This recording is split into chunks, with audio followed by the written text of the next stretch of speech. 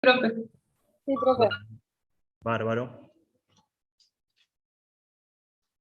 De la clase pasada, bueno, no pudimos desarrollar demasiado el ejercicio 7, pero bueno, lo dejamos planteado, leímos la consigna, les habíamos explicado, Andrés les había explicado cómo se estructuraba, cómo debían estructurarlo y resolverlo. La solución está desde hoy a la mañana temprano, que está disponible. Antes de empezar de lleno con la unidad 7, no sé si quieren o tienen alguna duda que quieran plantear.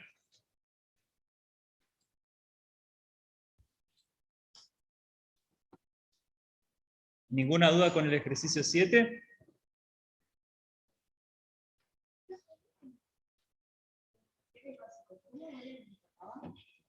Materiales básicos.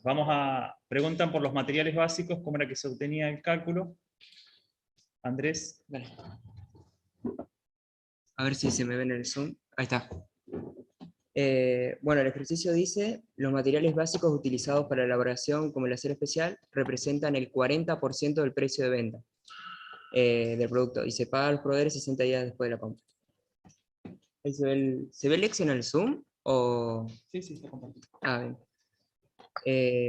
Bueno, habíamos dicho que el precio de venta, acá ventas netas, está dividido por productos, los aros y los pernos. Entonces, los materiales básicos serían el 40% del monto de ventas netas de aros más el 40% de ventas netas de pernos. Se puede calcular así por separado, o se podría agrupar estos dos en ventas netas y estos dos en materiales básicos. Es lo mismo, por ahí agregando una fila más puede facilitar un poco más visualmente y no ahorrarse algún cálculo. Entonces, por ejemplo, se hace la celda anterior, el monto anterior, multiplicado por 0,4, que sería el 40%. Después, la mano de obra era el 15%, es lo mismo, entonces en vez de 0,4, pero en vez de 4 es 15, o sea, el 15% en vez del 40%. Se calcula como porcentaje, y después el pago se va a realizar 2 meses después, o sea, 60 días después. Este monto que está en julio, estos dos montos, recién se van a pagar en septiembre, cuando se haga el presupuesto financiero, va a estar en septiembre, pago materiales básicos, acá ya está agrupado, el monto multiplicado por 1,21, porque esto es neto. Los materiales básicos está pagado como neto, pero al proveedor se le paga con IVA, entonces se le suma el 21% más. No sé si era la duda, ¿sí?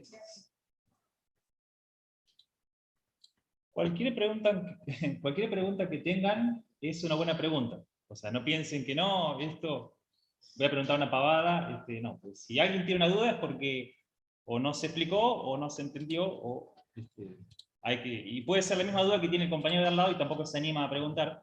Así que pregunten tranquilos. Si es que vieron el ejercicio, si no vieron nada, bueno, pasamos a otro tema y quedarán las dudas para el espacio que hay en el entorno, ¿no? En el entorno, recuerden, hay un espacio, consultas, ejercicios de presupuesto, ahí pueden plantear todas las dudas. En los días que vienen vamos a seguir haciendo visible las soluciones del resto de los ejercicios, pero, como ya hemos dicho, la idea es que ustedes traten de ir resolviéndolos por su cuenta, y después tengan la solución para que no hagan el atajo de, ¿cómo es la consigna? A ver la solución, que era re fácil al final, resulta que cuando estás en el examen no te parece tan fácil. Bueno, como con cualquier ejercicio de este tipo. Sí. Sí. Yo tengo una duda en cuanto al cálculo del crédito fiscal que refiere a las compras. ¿Por qué no entra la mano de obra y sí entran los gastos administrativos? Porque los sueldos, tanto los sueldos como la mano de obra, esos dos conceptos no están incluidos porque no lleva IVA. Cuando tenés un empleado no se le paga con IVA y tampoco tenés que cobrarle el IVA ni nada. Es algo que está excepto de la ley de IVA, no, es algo que por ley no se cobra. Eso, si en el ejercicio no aclara si la mano de obra o el sueldo es neto o bruto, nunca lleva IVA. Entonces puede que no se lo aclare, pero ustedes tienen que saber que sueldo o mano de obra nunca lleva IVA, así que no se le calcula el crédito fiscal a los dos conceptos. Gracias. Sí. ¿Por qué cuando multiplicaste por las ventas netas, benefició el 40% del precio? Porque, ¿Se escuchó Acá. la pregunta en Zoom? sí, bueno, preguntaron acá en persona por qué los materiales básicos se multiplicaron las ventas netas por, o sea, se sacaron el 40% de las ventas netas y no el 40% de las ventas brutas, porque claro, el proveedor se le paga con ir IVA. Hubiese sido lo mismo calcular acá ventas brutas de estos 4 conceptos y multiplicarlo por ventas brutas, pero acá lo que se decidió, que es otra forma, es calcularlo sin el IVA, o sea, por ventas netas, y en el presupuesto financiero, cuando se resolvió, acá se multiplica por 1,21, entonces acá se convierte en bruto. En vez de haberlo hecho en los datos, haberlo trabajado el 40% de ventas, ventas brutas, se trabajó el 40% de ventas netas y después se le sumó el IVA. No sé si me expliqué. Porque a mí me queda que dice que los materiales básicos son el 40% del precio. Del precio. Claro, y el precio se refiere al precio que se le cobra al cliente y el cliente paga con IVA, siempre cuando... Por eso, Ajá. el 40% de los 1.250. De, Tipo del precio de... del precio, claro, sí, el material básico es 2.250 por cada aro producido. por Entonces se eso multiplica por cantidad, sí, por eso es venta neta, porque es lo vendido por el precio. En realidad Y terminaría después siendo lo mismo si vos multiplicaras el precio por 40% por la cantidad, como dicen, el orden de los factores no altera el producto. Es lo mismo que hacer precio por cantidad por 40%. O sea, es una multiplicación donde son 3 factores que se están multiplicando, este por este por este. Si yo pongo uno primero o último, no cambia. De nada. ¿Alguna más? Profe, otra consulta. Cuando hacemos el presupuesto financiero y después hacemos el flujo de fondos, en los sueldos de mano de obra directa, al costado aparece que es a 30 días. Sí. Eso en el enunciado no está, pero ¿cómo saben que es a 30 días? ¿Es porque resulta obvio que se Sí, paga justo después de que termina el mes? claro. Bueno, la mano de obra y el sueldo, aparte de que no llevan IVA, algo más que puede que no está claro en el examen, pero que ustedes tienen que irlo como sabiendo, es que el sueldo y la mano de obra se paga el mes siguiente. Eso pasa en todas las... No, perdón, no siempre, no siempre. Ajá. Porque nosotros de hecho lo vimos antes cuando explicábamos el tema que Sí.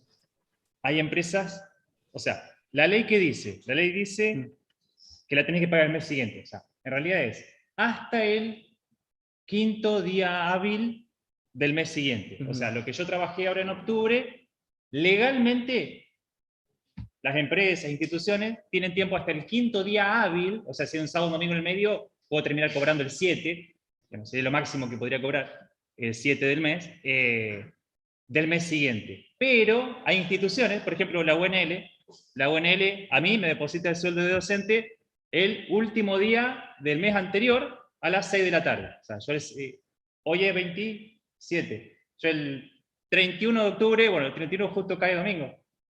Bueno, el sábado a la mañana o el viernes a la tarde, fíjate, 2 días antes voy a tener el sueldo acreditado. ¿Por qué? Porque esta institución decide, como política, pagarle a sus empleados el último día hábil del mes. En ese caso, es como una política a favor del empleado. No están obligados a hacerlo así, pero a favor del empleado le pagan para que el empleado ya empiece el mes con la plata en el bolsillo, pueda pagar los alquileres, las cuentas, porque a veces ocurre que la tarjeta de crédito te vence el 4 y cobraste el 7 y bueno, se arma un lío. Sí. Pero bueno, acá en la consigna, acá la persona que preguntaba, ¿la consigna no dice que se pagaba al mes siguiente? ¿No dice absolutamente nada? No, profe, por eso yo le preguntaba, porque se me hizo raro cuando controlé, no me daban los valores y tenía que tomar el del mes anterior, sería justamente por los 30 días. Claro, pero fíjate una cosa, ¿sabés de dónde lo podés deducir? Dice, en la parte de sueldos, dice, sueldo personal administrativo y de ventas. 250.000 mensuales, el SAC se abona en 2 cuotas que se pagan en julio y en enero. O sea, no está explícitamente, y en un examen vos podrías preguntar, si tuvieras esto como examen, vos agarrás, levantás la mano y decís, profe, ¿cómo es el pago? ¿El mes de devengamiento o el mes siguiente, como dice la ley? Y se te aclararía. De todas maneras, si la consigna te dice que el SAC se paga en julio y en enero, ¿qué me está queriendo decir? Que cómo paga esta empresa los sueldos. El mismo, Al mes siguiente. al mes siguiente, porque el SAC que corresponde a diciembre me lo está pagando Sería en enero. diciembre y junio, claro. Claro. Ujú. Así que a partir de ahí podrías deducir que se paga el mes siguiente. Igual, como dijo Andrés, como norma, como cosa normal, es al mes siguiente. A menos que aclare que esta empresa paga el mes de devengamiento. Si no, lo normal es que sea el mes siguiente. Pero bueno, lo que yo le quería aclarar a Andrés y a todos es que no es que siempre es al mes siguiente, sino que puede ser que ocurra el mismo mes de su devengamiento el pago de salario.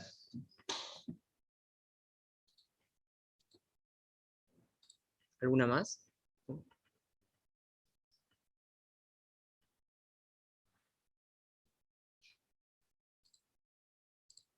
¿En el chat no pusieron? ¿No? No sé si querés. Si quieren, le hago como un comentario de cómo, sí, cómo se va resolviendo. Bueno, los datos lo habíamos visto ya la clase pasada. Bueno, primero se resuelve, el ejercicio solamente pide el presupuesto financiero y el flujo de fondos, así que el patrimonio, el presupuesto económico no haría falta. Bueno, primero el presupuesto financiero, lo que se estimó. Bueno, primero se incluye, bueno, el saldo inicial, el ejercicio decía, me parece que al final, que era 550.000 pesos, así que ese dato ahí lo tenemos. Después se ponen todos los ingresos, que el único ingreso que tiene la empresa es por venta de ambos productos, se podría agrupar o no, acá está desagregado los de Ario y los de Pernos, y el ejercicio decía que se cobraba 30 días después. Esto es antes del cambio esto es antes de lo que pasó en la realidad, el flujo de fondos. Entonces está el total de ingresos, que es sumar las ventas. Después está los egresos, todos detallados, está el pago de materiales básicos a proveedores, se hace a 60 días el mes siguiente, entonces todo lo que decía, por ejemplo, bueno, en julio se pagaba en agosto, los números están corridos uno a la derecha en la celda. Los sueldos, bueno, acá en pago a proveedores hay que incluirle el IVA porque en los datos lo habíamos calculado sobre ventas netas y no brutas, entonces acá está sumado el IVA. Los sueldos no llevan IVA y la empresa tiene la política de pagar el mes siguiente.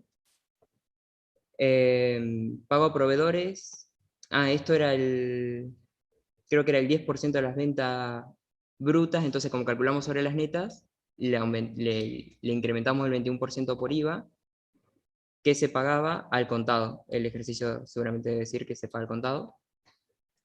Los sueldos, bueno, ya hemos dicho que la política es pagar a 30 días. Y acá, como decía, en un momento que el aguinaldo, acá está, el SAC se paga en 2 cuotas, en julio y en enero. Entonces, enero, bueno, ya no entra en el periodo presupuestario, no hace falta incluirlo. Y lo de julio ya está sumado. Acá está el monto, el sueldo de siempre, pero se le aumenta, se le paga un sueldo y medio, ese medio corresponde al pago correspondiente del SAC que se le paga en julio. Es un egreso que sale este mes. Se le podría poner aparte, en un renglón poner sueldos y otro renglón aparte que diga SAC y poner acá solamente el monto. Gastos administrativos. Profe, Sí. ese 1,5% refiere al SAC, no Sí. refiere al punto donde dice la mano de obra indirecta significa el 15% y se abona junto con los sueldos del personal. No, eso lo calculamos en los materiales básicos, no, perdón, en la planilla de datos, acá está la mano de obra, es el 15% de las ventas, ahí está calculado. Entonces, lo que se pasa al presupuesto es 250, que es el cálculo, perdón, estaba leyendo mano de obra, me parece. Acá está el sueldo. ¿Me habías preguntado mano de obra o sueldo? Claro, porque mi duda fue que cómo había aparecido el valor de 375.000, que en realidad no sabía por qué lo multiplicaba por 1,5. Acá está. Esa sería la pregunta. el ejercicio dice, los costos fijos que afronta la empresa son, y el primer punto dice, sueldo del personal administrativo, 250.000 pesos al mes. Ese es el monto que se paga todos los meses, ya está... un segundo. ¿Dónde está el SAC? Se paga en julio. Ah, acá está el presupuesto financiero. Acá está. Ahí está los 250.000 al mes que se paga. Y el ejercicio dice que se abona al término del plazo legal el SAC en 2 cuotas que se pagan en julio y en enero. Entonces es 250 y en julio y en enero, pero en enero no incluye el presupuesto, se paga el SAC que corresponde a ese es un 50%, no es un 15%. El 1,5 es 250.000 más el 50% de 250.000. Entonces ahí está incluido el SAC, ahí adentro en julio. Después, bueno, gastos administrativos se van pagando al contado, así que eso es igual que como habíamos calculado. Acá aparece el préstamo bancario y la seña de operación inmobiliaria que el enunciado decía que en octubre iban a surgir ambas cosas. A ver si decía... Sí, en octubre, 500.000 y 950.000. Creo que esos gastos administrativos tienen IVA incluido ahí. Gastos administrativos, sí. Sí, porque los datos, en la planilla de datos lo hemos calculado sobre netos. Cuando se calcula sobre netos y lleva IVA, hay que aumentarle el 21%. Si en la planilla de datos se calculó directamente sobre montos brutos, o sea, ventas brutas, acá ya no haría falta sumarle el IVA. Acuérdense que el presupuesto financiero siempre tiene que estar cargado el IVA porque es lo que efectivamente se cobra o se paga. Y el saldo IVA a depositar se deposita al mes siguiente, determinado el mes, así que son los montos que habíamos calculado en estos cálculos auxiliares, sería todos corridos una célula derecha, es decir, 30 días después se pagará. Y después el flujo de fondos, bueno, sería exactamente igual que el anterior, pero con los cambios que sucedieron en la realidad que dice el ejercicio. El saldo inicial se mantuvo. Ah, los desvíos, sí. Bueno, acá pasó que en agosto teníamos que se vendieron 200 unidades menos de cada uno de los productos y se terminaron vendiendo con 10% de descuento al contado. Entonces lo que se hace es que las ventas eran a 30 días. Entonces en agosto se va a cobrar lo de julio más lo que se cobra al contado en agosto, con el descuento, que es este monto de acá. Y después en septiembre se va a cobrar lo de agosto, solamente el monto sin el descuento, porque este se paga 30 días y este al contado. Entonces en agosto se cobran estos 4 montos y en septiembre ya sigue normal, se sigue cobrando a 60 días lo como se le vendía a los clientes. Los egresos me parece que no hubo ningún cambio. Bueno, en septiembre que bajó 10% la producción y el proveedor cobró 5% más para los materiales básicos, pero no cambia nada, es solamente cambiar este número y al ser un Excel se va actualizando los materiales básicos, que ya está el nuevo monto. Y bueno, esa es la estructura. El saldo del periodo es restar ingreso menos egreso, saldo final, saldo del periodo más el saldo inicial. Y después se calcularían los desvíos, como habíamos hecho la otra vez, se pone lo real, se pone lo presupuestado, se resta... Fíjense, Sí. una cuestión, un detalle no menor, que para calcular los desvíos del presupuesto financiero, ya no es necesario la apertura mensual. De hecho, con apertura mensual sería bastante complicado. Entonces, un flujo de fondos y un presupuesto financiero, cuando uno lo arma, siempre es con apertura mensual, porque yo necesito ir mostrando cómo los saldos de cada mes van jugando, como si yo un mes cobro algo, un documento, me va a impactar ese mes y cómo eso lo voy a pasar al mes siguiente. Pero a la hora de hacer el cálculo de desvíos, simplemente tomo las columnas totales, es decir, tanto en el presupuesto como en el flujo, luego en este caso, que eran 4 meses, totalizo en una quinta columna todos los ingresos, todos los pagos de sueldos, todos los egresos y el saldo final. Bueno, esa columna total del presupuesto la voy a comparar con la columna de la situación real, es decir, el flujo de fondos, Esto es importante, como les decía el otro día, el tema de empezar a manejar también el léxico, ¿no? Presupuesto y flujo de fondos. Las dos hablan de lo mismo, son iguales, los números son parecidos, la estructura es la misma, pero uno es un presupuesto, porque es cuando yo estaba antes, y otro es el flujo de fondos, es lo realmente ocurrido, el flujo de fondos real. Bien, entonces voy a totalizar ambas columnas, y en una pestaña aparte, que se va a llamar desvíos, voy a colocar una columna, voy a colocar la otra, y por diferencia entre una y otra va a salir el desvío nominal, es decir, cuánto fue el desvío en pesos, y el desvío porcentual. Sí. Respecto a cuando ustedes copien en la pestaña esta desvíos, fíjense cómo copian los datos, porque obviamente que si ustedes toman en el Excel estoy hablando, ¿no? Ustedes toman la columna total, le ponen copiar y pegar, les va a pegar cualquier cosa. ¿Por qué? Porque la columna esa totalizaba toda una serie de filas. Lo que hay que hacer es un pegado especial que se llama, Sí. donde solo se copian los valores. Acá lo muestro, copiar, y se pone botón derecho, acá está pegado especial, y lo pegas con Uno que tiene un numerito. sí, uno que dice un numerito, me está tapando justo el zoom, pero bueno, acá está, 1, 2, 3, y ahí se pegan con numeritos. Te copian los números sin el formato. Sí.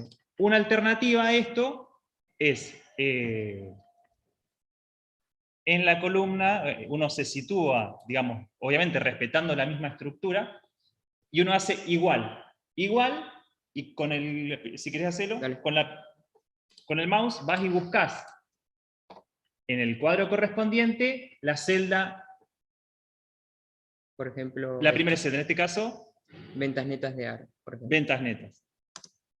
y ahí aparece. Ahí aparece, ¿eh? ¿Y de ahí qué hacen? Ubicate el mouse, Sí. y en el margen inferior derecho, Ah, sí. claro, lo Bueno, arrastran, ¿y qué hace Excel?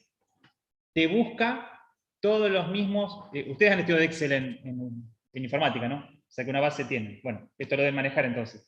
Excel, ¿qué hace? Te busca las mismas celdas que están abajo de las que buscaste. ¿Cuál es la diferencia entre estos dos sistemas? Y es una diferencia no menor. Que si yo copio y pego valores, esos valores quedan esos valores estáticos. Si después me puse a revisar el presupuesto y cambié algo, en los desvíos no se me va a reflejar, porque yo ya había copiado los valores. En cambio, si yo hago esto, de ir y buscar, y tildar, y darle enter a la celda y después arrastrar, ¿qué ventaja voy a tener? Si yo modifico algo, automáticamente se modifica. Porque ahí lo que le estoy diciendo al Excel es, andá y buscame la celda A4, y después la A5, la A6, la A7. Si yo modifico la A4, o la A5, o la A6, o la A7, ese cuadro donde yo le pedí que me lo busque, automáticamente se va a modificar. Porque Profe. me está buscando la columna esa exacta. Sí. No, si puede repetir el proceso, que se me cortó internet del segundo que hizo recién. Lo de tocar igual, sí. Sí, Sería, por ejemplo, ahora queremos poner lo real. Entonces se pone igual, se va a la pestaña donde está el presupuesto donde se quiere citar. Lo real sería el flujo de fondos. Entonces se cliquea la primera celda del total. Se da Enter y solo aparece. Entonces en este cuadradito que aparece abajo a la derecha, manteniendo apretado, se puede descender por la celda, se suelta y aparecen ya todos los montos, ahí aparecen cargados. Y después, bueno, se pueden ir pintando. No, perdón, ¿no? Y Sí. un truco porque ahí copió solo el contenido. Y como dijimos, el formato es un formato estándar, sin ningún tipo de operación, ni de negrita, ni de nada. Si uno quiere copiar el formato, un truco que hay es, tendría que ser exactamente, acá yo voy del 2282 hasta el final, ¿no? Bien, entonces yo tendría que ir ahí, lo vuelvo a elegir a toda hasta acá era, ¿no? Hasta el 8. Sí.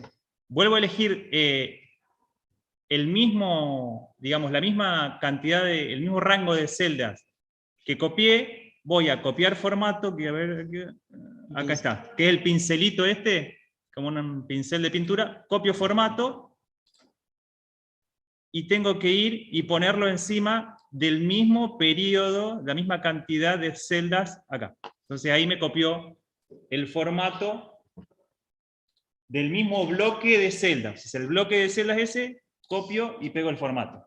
De todas maneras, esto del formato es algo menor, esto va para los detallistas. Y si se llegan a olvidar, siempre se puede manualmente ingresar el número, pero bueno, es para no perder tiempo del examen en eso. Sí, el ingreso manual sí, también está sujeto a a errores. errores de tipeo. Sí. Bueno, entonces, esto era como la otra vez, real, presupuestado, los desvíos lo real menos lo presupuestado, y el porcentaje se calcula el desvío sobre, o sea, dividido lo presupuestado. Sí. Bueno, y el análisis es como algo que tienen que redactar describiendo conceptualmente qué es lo que sucedió, por qué se dieron estos desvíos. Y este es un ejemplo, dice, el saldo final de los 6 meses baja un total de 337.000, acá está, o 3,7, que es este porcentaje, respecto al presupuesto. Esto se da porque si bien tanto los ingresos como los gastos descienden, los primeros lo hacen más fuertemente. Acá aparece que los ingresos descendieron un 2% y los egresos 1,5%. Por eso se puede afirmar que ambos descendieron, pero descendió más los ingresos. Los ingresos totales del periodo disminuyeron 814.000, es decir, 2%. Acá estaba, 814.000, 2%, respecto a lo presupuestado. Esto se debe a dos factores principales. El descuento, esto ya estaba en el enunciado, el descuento del 10% en las 400 unidades del mes de agosto, es decir, las 200 de perno y 200 de aro, que se vendieron más baratas, 10% más barato, y en la baja de producción del 10% en septiembre. ¿Se acuerdan que acá en septiembre habíamos puesto que descendió 10% de la producción? El enunciado lo decía. Y los egresos, que también disminuyeron, un 1,5%, lo hacen, bueno, en 1,5, 477.000 pesos. Los gastos bajan, los gastos son los egresos, porque la baja en la producción de septiembre hace también bajar los gastos proporcionalmente. El enunciado decía que era 40% de lo producido, el 15% de lo producido, el 10% de lo producido. Y además afectó el incremento del 5% en el costo de los materiales básicos, que el proveedor decía que en septiembre, me parece, aumentaba el costo 5%. Entonces ahí tuvimos que pagar más, fue un mayor egreso. Materiales básicos, acá está, que se tuvo que pagar. Y bueno, y eso sería como comentar a qué se deben los desvíos. No sé si algo- Sí, no, ¿alguna duda, chicos? Ujú. ¿Algo que quieran preguntar? ¿No? Bueno, les irán surgiendo después las dudas, me imagino. Sí. Sí, yo quería preguntarle, Ujú. digamos, porque los desvíos que son negativos, pero no quiere decir que sea algo malo, o sí, o sea, no, Y digamos, se gastó menos claro, de lo presupuestado, o sea, no hay que poner o no hay que hacer un análisis respecto a si es positivo o negativo esos desvíos.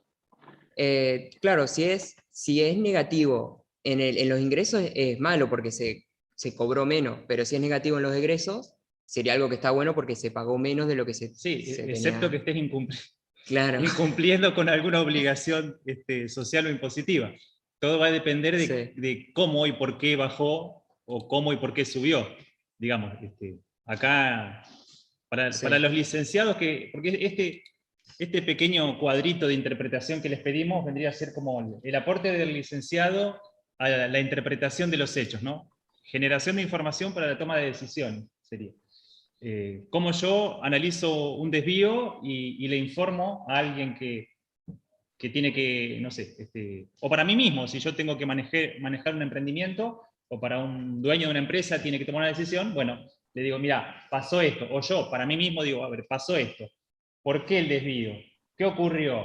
¿Esto es positivo, es negativo? ¿Cómo lo interpreto? ¿Qué tendría que hacer yo la próxima vez? Bueno, evidentemente todo depende, por eso, como dijimos, va a ser positivo o negativo. De todas maneras, las palabras bueno o malo también son siempre relativas, pero bueno, la interpretación va a ser de quien la haga, del profesional que la haga, en este caso ustedes son, digamos, proyectos de profesionales, pero entendiendo que va a ser, digamos, algo positivo o negativo de acuerdo al tipo de desvío que estamos hablando. Les insisto, si si me genera un ahorro, pero el ahorro viene porque no vayamos a un extremo de que deje de pagar los sueldos porque me queman la empresa, pero eliminé una capacitación a los operarios para que hagan su trabajo, la eliminé porque me quise ahorrar el costo de los profesores y el costo de las horas perdidas. ¿Eso es bueno o malo? Financieramente, ¿qué va a pasar? Va a ser positivo. Financieramente voy a tener un superávit. Claro. Y me van a venir y me van a felicitar. Che, qué bueno, tuviste un superávit. Ahora, ¿qué estoy haciendo en realidad? Pero, Y estoy claro, si perdiendo, no se capacitan, después puede ser un desastre operativo. y si no los capacito, van a trabajar más lento, van a trabajar peor. Va a haber van menos producir- producción. Van a producir menos. Entonces, por eso, la interpretación, les insisto, es del profesional que la hace. Siempre va a haber cosas que pueden ser interpretadas para un lado o para el otro, hay otras cuestiones que no, que siempre son interpretadas para el mismo lado. Así que, bueno, esa es un poco la idea de ese texto que les pedimos. Es como también nosotros darnos cuenta que ustedes no es que simplemente hicieron operaciones matemáticas, pum, pum, pum, más, menos, de sino que entendieron, razonaron el caso y entendieron qué fue lo que ocurrió. Sí, incluso en este ejercicio, claro, en este ejercicio 7, acá como que se ahorró dinero que no se gastó, pero también hubo que en septiembre disminuyó la producción 10%. Entonces, parecería que es bueno ahorrar, pero también eso influye en las ventas, porque al no producir no se vendió, o sea, todo como que no es tan clasificable entre bueno y malo por ahí las cosas, por ahí hay que analizar qué pasó con el contexto, si fue una decisión. En el ejercicio 1 habíamos puesto bueno, que los dueños se habían sacado, creo que era 15.000 pesos por mes que se estaban sacando de la empresa, cómo eso influye, se puede, como que vayan razonando el enunciado y qué pasó con los desvíos y ir comentando qué pasó entre lo presupuestado y lo real.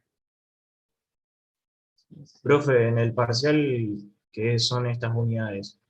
¿Va a haber preguntas teóricas o vamos a tener que resolver un caso y analizarlo justamente con esta conclusión? No, el parcial va a ser básicamente un caso sobre el cual van a hacer un ejercicio de presupuesto, o económico o financiero, y sobre ese mismo caso van a tener que seguramente plantear objetivos, indicadores, áreas críticas. En la clase de hoy vamos a ver áreas críticas, en la clase del lunes vamos a ver indicadores, y en la clase del miércoles vamos a ver tablero de control, que bueno, el tablero de control es como que un poco resume, sumariza lo que son áreas críticas, objetivos e indicadores. O sea, va a ser eminentemente práctico, pero práctico con una base cierta teórica, porque para redactar objetivos vos tenés que tener claro cómo se redactan objetivos. Para proponer indicadores tenés que tener claro qué es un indicador y cómo se arma, y bueno, y todo eso tiene un entendimiento primero conceptual, ¿no?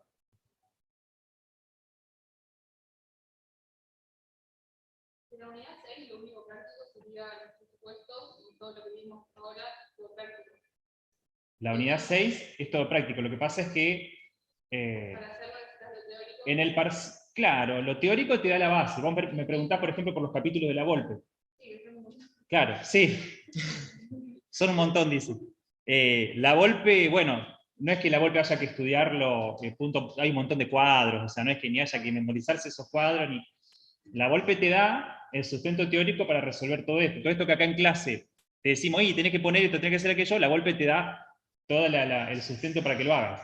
De todas maneras, si bien el alumno que aprueba el parcial individual, que es práctico, en el final no tiene estos contenidos, piensen que, por ejemplo, un alumno libre, si ustedes no tienen la suerte de aprobar el parcial y además el trabajo grupal y demás, el alumno libre puede tener una pregunta teórica sobre qué es un presupuesto económico, o qué es un presupuesto de ventas, o qué es el presupuesto integrado, o alguna pregunta teórica de todos los temas que hemos visto sobre presupuesto. O cuáles son los métodos de presupuestación, lo que explicó Andrés, los presupuestos por programas, etc. ¿Cuál es un método de evaluación? Todo eso en el parcial no va a estar, pero, insisto, lo tienen que entender para resolver luego lo práctico, y como comentario adicional, aquel que rinda libre sí puede tener preguntas teóricas sobre presupuesto. No, no tiene recuperatorio. Es a matar o morir. Bueno, y un último comentario acá, bueno, ya que estábamos con el Excel, un último comentario respecto a, bueno, obviamente la utilidad de trabajar con Excel y de haber hecho esta pestañita de datos básicos, ¿no? Que una vez que ustedes tenían este cuadro base, que lo armábamos, recuerden, en base a lo económico, a lo devengado, decíamos, bueno, ¿qué ocurría cada mes, ¿no? En enero yo vendía tanto, en febrero tanto, compraba esto, compraba aquello, en enero, en este caso, bueno, julio, agosto. Y lo útil del Excel, de decir, bueno, cuando yo tengo que armar el presupuesto, la primera línea de ingresos, ¿no? Por ventas de aros, dice. En julio. Fíjense cómo es la fórmula, ¿no? ¿Qué dice la fórmula? Igual datos, C9 por 1,21. Vamos a la pestaña datos, C9, porque ¿qué dice? Que yo los aros los cobraba a los 30 días. Entonces, en la pestaña esta de datos, fíjense que hay dos columnas. ¿Por qué dos columnas? Porque hay algunas cosas que eran a 30 días y otras a 60. Como es un presupuesto financiero, yo sé que para los hechos que ocurren en el mes de julio, sí o sí me tengo que ir hasta mayo. Por lo menos para algunos ítems.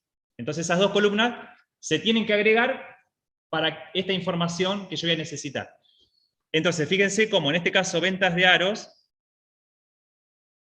eran ventas netas. En el presupuesto financiero, ¿yo qué tengo que poner como ingresos? ¿Las ventas netas? No, Lo las bruto. ventas brutas. Por eso se le agregaba el 1,21. Entonces, les quiero mostrar una cosita. Bueno, a ver.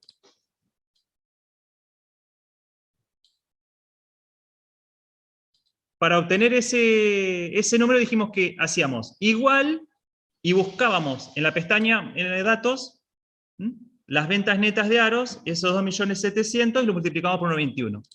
Y entonces después, este es otro truco de Excel que seguramente ustedes también conocen por haber aprendido informática, van a ese puntito negro que aparece en el margen inferior derecho de la celda, ¿y qué hacemos?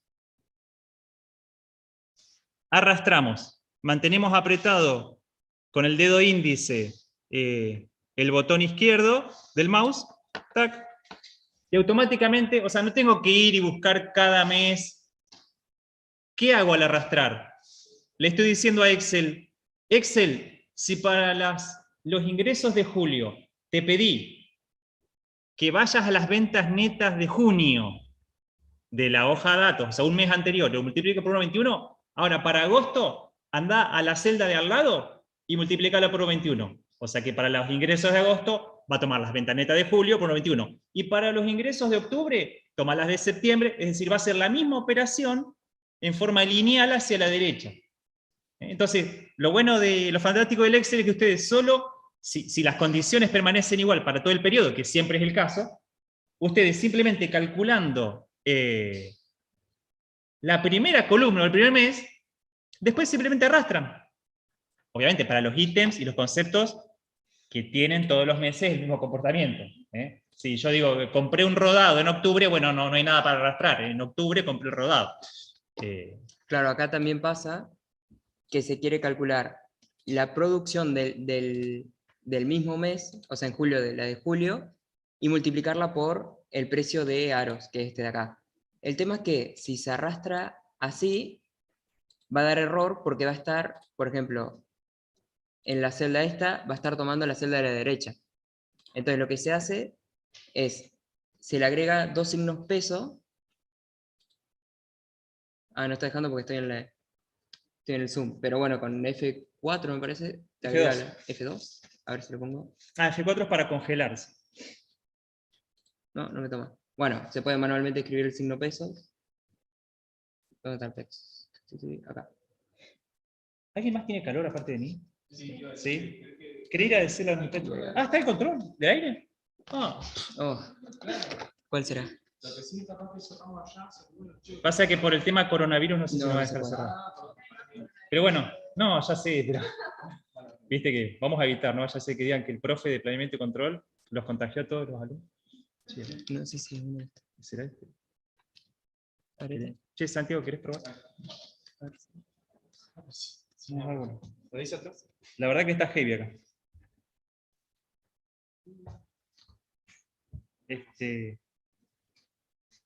Bueno, creo que esto está. No sé si- Si no le preguntabas, los muchachos debería. Gracias, Santiago. Bueno, sí.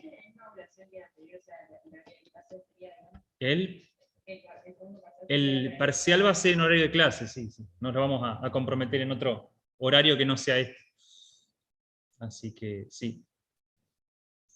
Bien, estamos entonces con este ejercicio y con el tema de presupuestos. Insisto, posibles dudas que surjan, las podemos ver en las clases que vienen, acá presencialmente o en el mismo Zoom, rápidamente, o preferentemente que queden escritas en el entorno y las respondemos ahí. ¿Mm?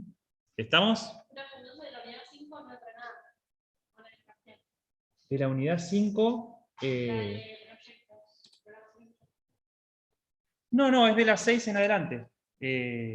¿Dice algo en contrario el entorno? Ah. Sí, en el entorno figura qué unidades entran, pero si mal no recuerdo es de las 6 en adelante. Sí. Bueno, creo que esto está. Bien, ¿estamos entonces? Si quieres parar de compartir. Bueno, ahora entonces Sí. vamos a meternos en la unidad 7. En realidad la unidad 7 ya estuvimos de alguna manera, porque control presupuestario es justamente una de las herramientas de control de gestión y del control en general.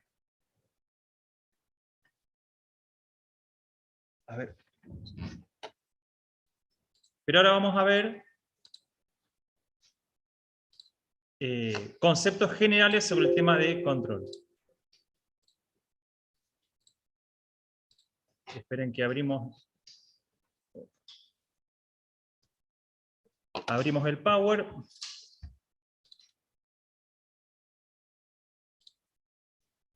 F5 era para... A ver. Pantalla completa. Porque no compartimos.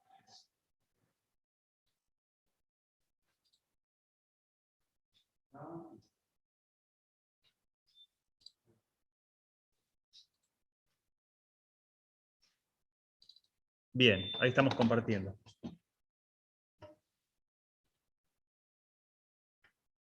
Bien. Bueno, prefiero el ruido. El calor. El mismo control para todos. Ah, se abre todo. Ah. Sí, todo es lo mismo.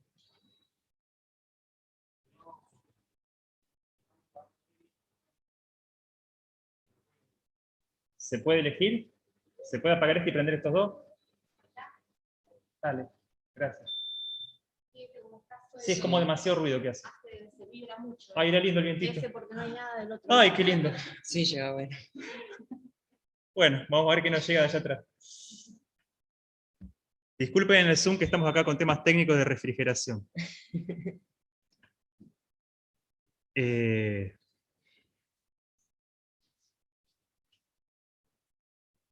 Bueno, así que decíamos que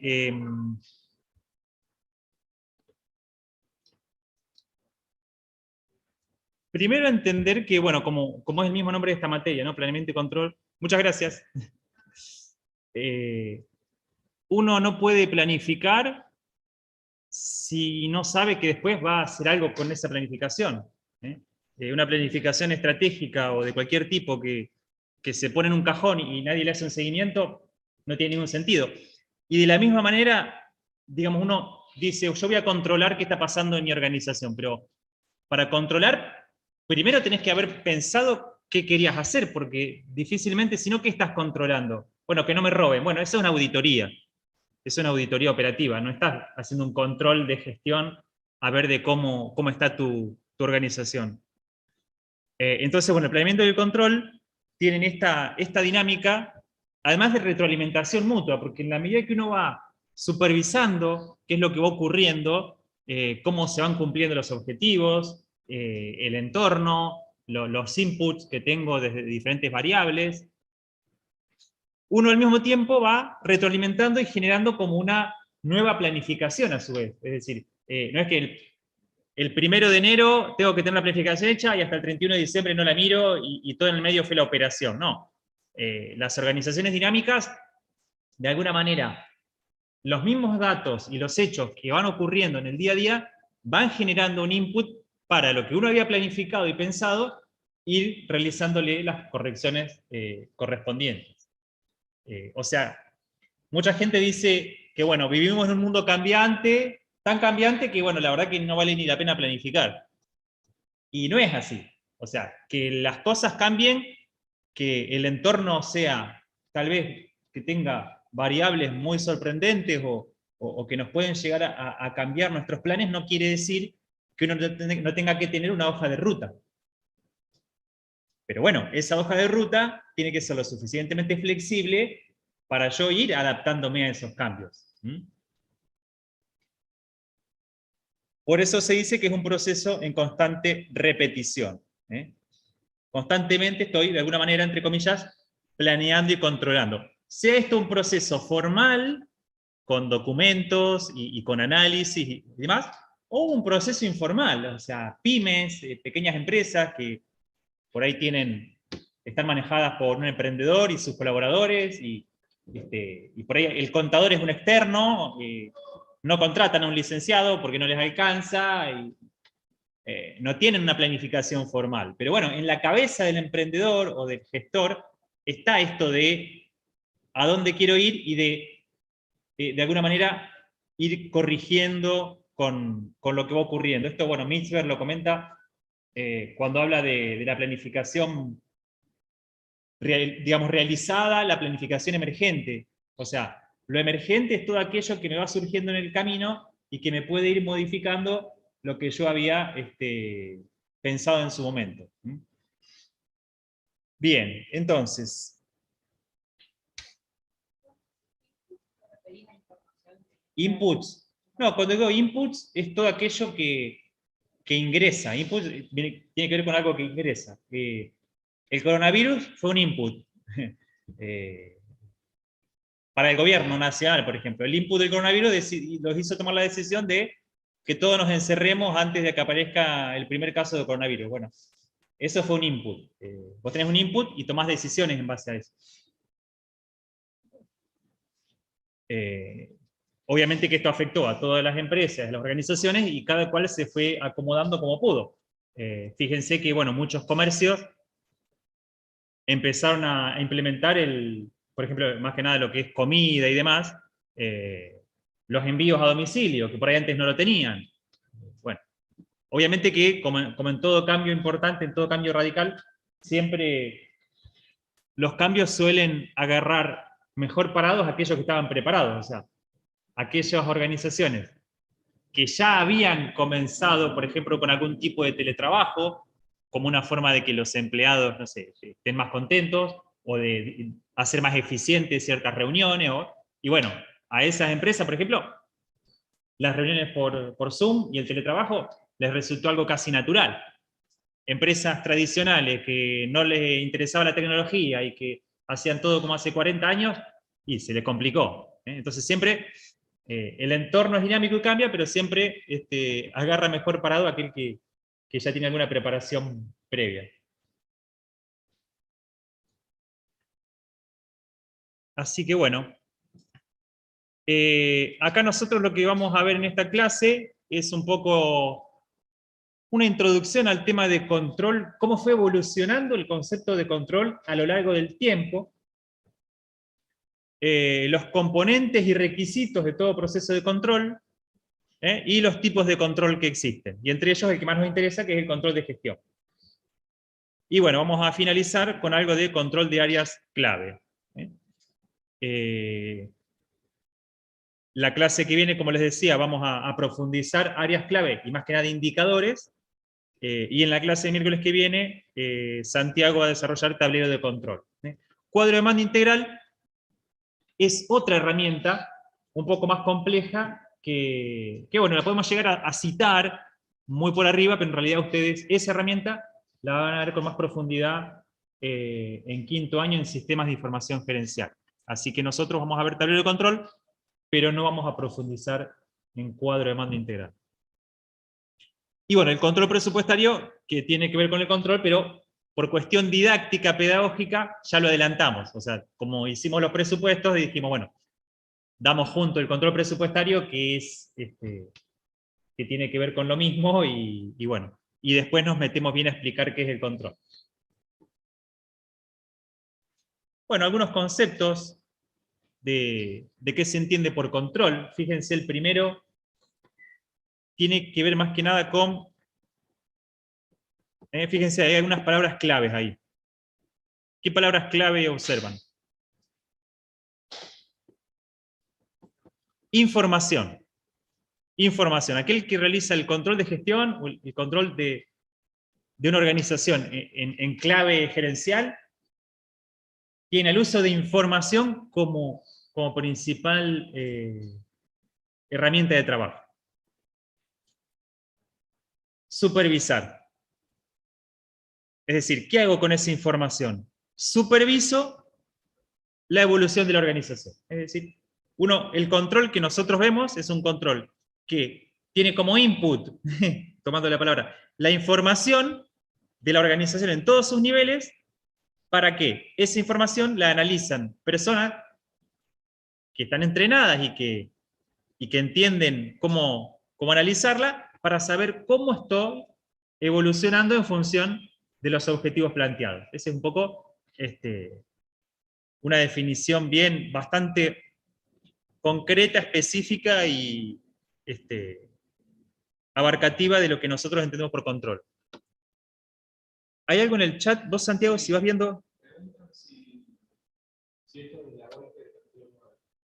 la Volpe. Debe ser una pregunta que quedó colgada del tema presupuesto. La Volpe es control presupuestario, el capítulo 9, sí. Bien, entonces estábamos con el tema de las definiciones de control, y fíjense la definición de Amat, una definición que, ¿qué palabra utiliza ahí? Es una definición distinta, ¿no? Influir. Es la primera palabra con la que comienza la definición, y fíjense, habla de influir. El control entendido como una manera de alterar el comportamiento de los demás en la organización, para que vayan todos en conjunto, para que todos vayan a cumplir los objetivos que nos habíamos planteado, pero de manera, digamos, influyendo en ellos. Controlar como sinónimo de algo positivo, ¿no? Porque control, uno la palabra control la suele asociar como algo negativo, ¿no? Como algo de... entro a un negocio y me controlan a ver si... o salgo del negocio y me controlan a ver si no me robé algo. Controlo a ver la caja, a ver si no te falten 10 pesos. O sea, uno tiene ese concepto de control. Pero como lo entendemos acá, nosotros lo entendemos como control de gestión. Es un control a nivel gerencial que tiene que ver con esto, con que las personas en la organización hagan lo que se supone que tienen que hacer en base a objetivos que pudieran haber estado planteados de manera consensuada y democrática, como vieron en lo que es la administración por objetivos, con lo cual es de alguna manera ayudar a que las personas hagan aquello que ellos mismos dijeron que querían hacer. Por supuesto, todo eso en un marco, o sea, no es que, pero yo quiero hacer esto. No, pero bueno, pero no es que vos haces lo que querés. Vos haces lo que podés o lo que querés, pero en función de una estrategia, esa es la participación o la determinación participativa de objetivos. Pero bueno, nosotros entendemos así, el control como manera de ir hacia una meta, todos juntos, donde necesito información para saber si estoy llegando o no, pero bueno, siempre con la idea positiva de cumplir los objetivos, lo cual, bueno, no quita que no pueda haber algún comportamiento que que uno deba marcar como deficiente, y bueno, se corregirá. Pero básicamente la idea es esta, es usar información e influir para el logro de objetivos. Bien, ahí en los apuntes tienen un autor francés que se llama Lorino, que bueno, acá vamos a ver algunas filminas, vamos a resumir ese apunte, es un apunte corto, no van a tener problema en su lectura, que de alguna manera explica esta evolución en el concepto de control, ¿no? Cómo fue cambiando el concepto de control, podemos decir de principios del siglo XX a la actualidad, aproximadamente en 100 años, ¿no?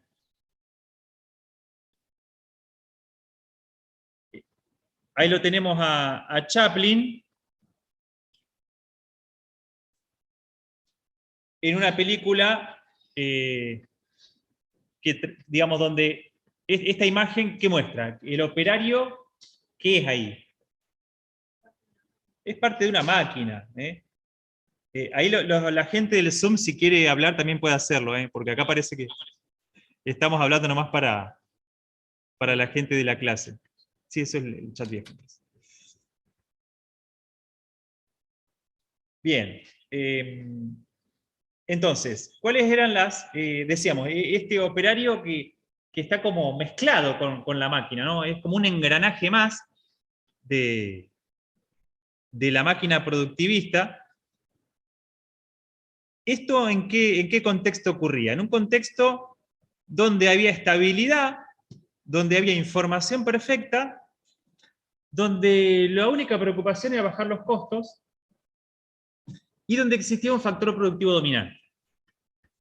O sea, estabilidad en el sentido de que las cosas permanecían, digamos, bastante similares y estables por mucho tiempo quiere decir muchos años. Los conocimientos que se iban generando es como que seguían siendo útiles a medida que pasaban los años, no había grandes disrupciones, no había... O sea, esto no quiere decir... A ver, a principios del siglo XX apareció la gripe española y mató, no sé, a 10 millones de personas. Ocurrían cosas que estaban afuera de la planificación, pero nos referimos, digamos, a la cuestión de la gestión de una organización. Lo externo variaba muy, pero muy poco, lo que hacía que a nivel interno uno se maneje con variables ciertas, variables que se fijaban en un momento y luego quedaban estáticas, ¿no? Los estándares, ¿qué es un estándar?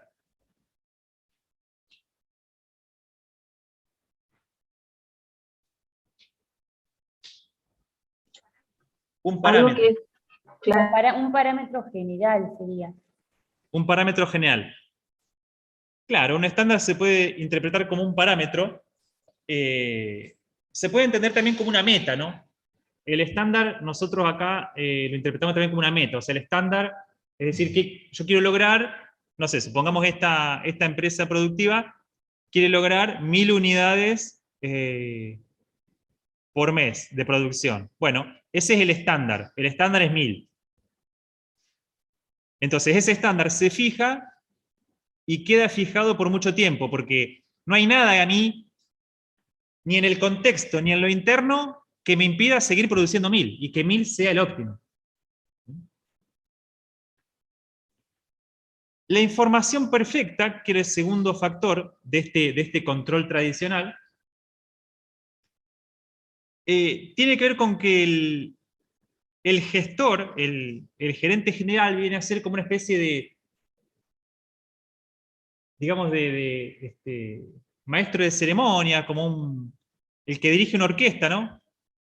Tiene todo, digamos, conoce todo y tiene todos los datos.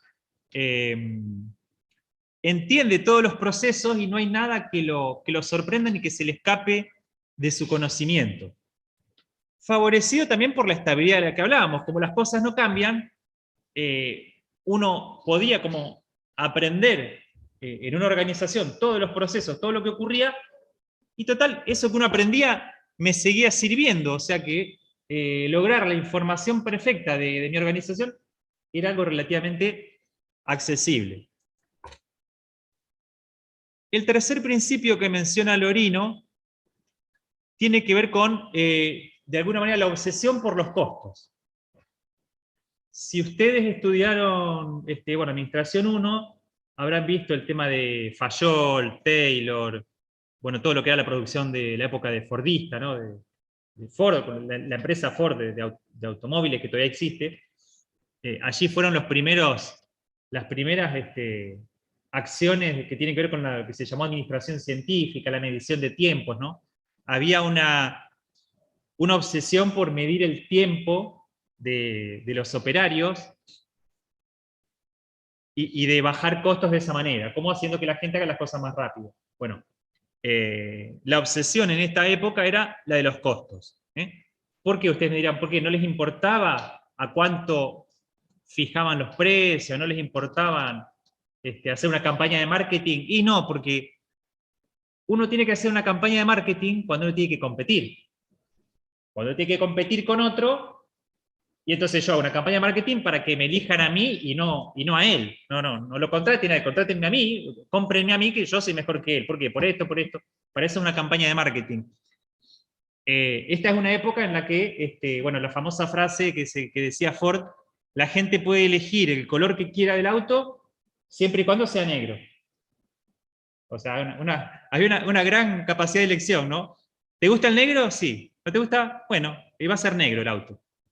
¿Qué pasaba? Cuando te querías comprar un auto, o sea, estamos hablando de una época en la cual la forma en la cual las personas se manejaban o se trasladaban era con carretas. Entonces, bueno, que aparezca el auto es como si ahora viene una empresa que inventa, no sé, los autos voladores. O sea, y a todos nos encanta la idea de andar en autos voladores. Dentro de 100 años van a ser normales los autos voladores, pero hoy tengo que elegir el auto volador que me vende esa única empresa que existe. Bueno, esto era lo mismo. Entonces, como estaba esta ley de Say, ¿no? Toda oferta crea su demanda. No hace falta preocuparse por la parte de las ventas. Yo me encargo por producir, bajar los costos y después le pongo un precio que la gente lo pueda comprar. Y listo. No me importa. De hecho, no existía el concepto de marketing, no se había inventado el término marketing todavía, ¿no? Estamos hablando de 1900, 1910, 20.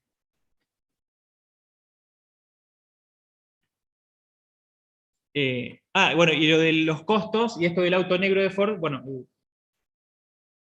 el auto era negro. ¿Alguien sabe por qué el auto de Ford era solo negro? Fíjense en esta obsesión por bajar los costos, ¿qué ocurría? La pintura que usaban y que habían probado para pintar los vehículos, había una única pintura de un único color, que era una pintura negra, que es la que tenía un secado ultra rápido. O sea, pintaban el auto y en unas pocas horas estaba seco. Y eso solo se lograba con una determinada pintura de una determinada marca, que era negra, y no la sabían hacer o no la querían hacer otro color. Entonces, como la obsesión era hacer todo en el menor tiempo posible, el tiempo de secado de la pintura era un tiempo más de todo el proceso productivo. Entonces, como la obsesión era bajar los tiempos para bajar los costos, el auto iba a ser negro. Y total, la oferta crea su demanda.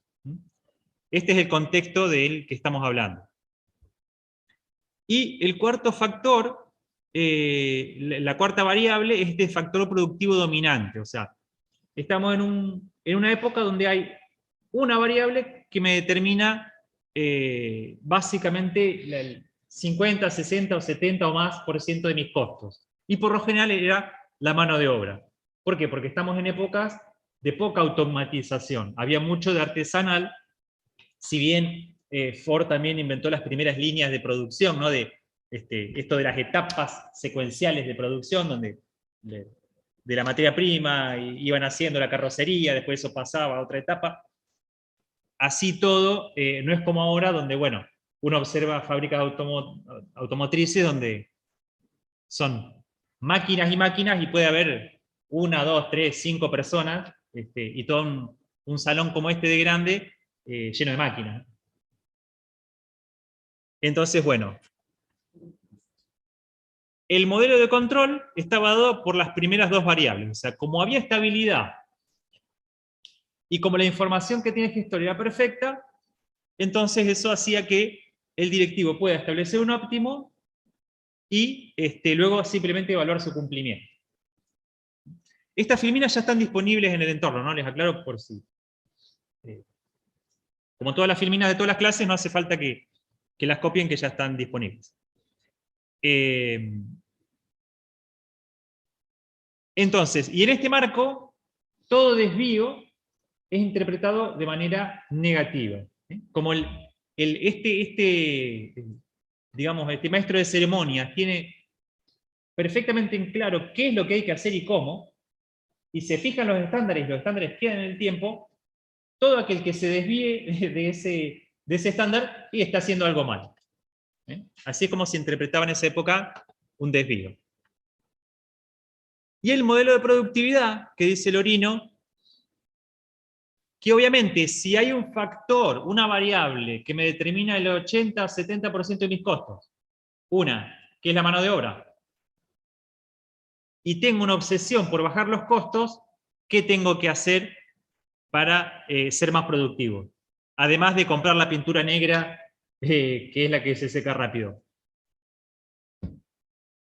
Obsesionarme con los tiempos de la mano de obra. Obsesionarme con que el operario, como la foto de Chaplin, sea, digamos, un engranaje más de la máquina, y haga su tarea tan repetitiva como sea posible para que prácticamente hasta mientras sueña, mientras duerme, siga repitiendo lo mismo, y de esa manera yo me aseguro que la producción se va a hacer eficiente y rápido, y más barato, porque la hice en menos tiempo. El tiempo es dinero, así que de esa manera se logra la eficiencia, cronometrizando la mano de obra.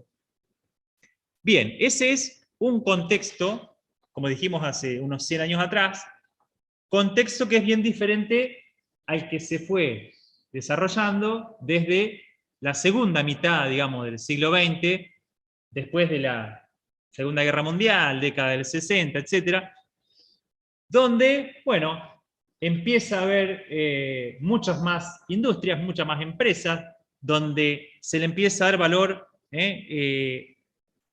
a lo que el consumidor quiere, donde aparecen las variedades, aparecen los colores.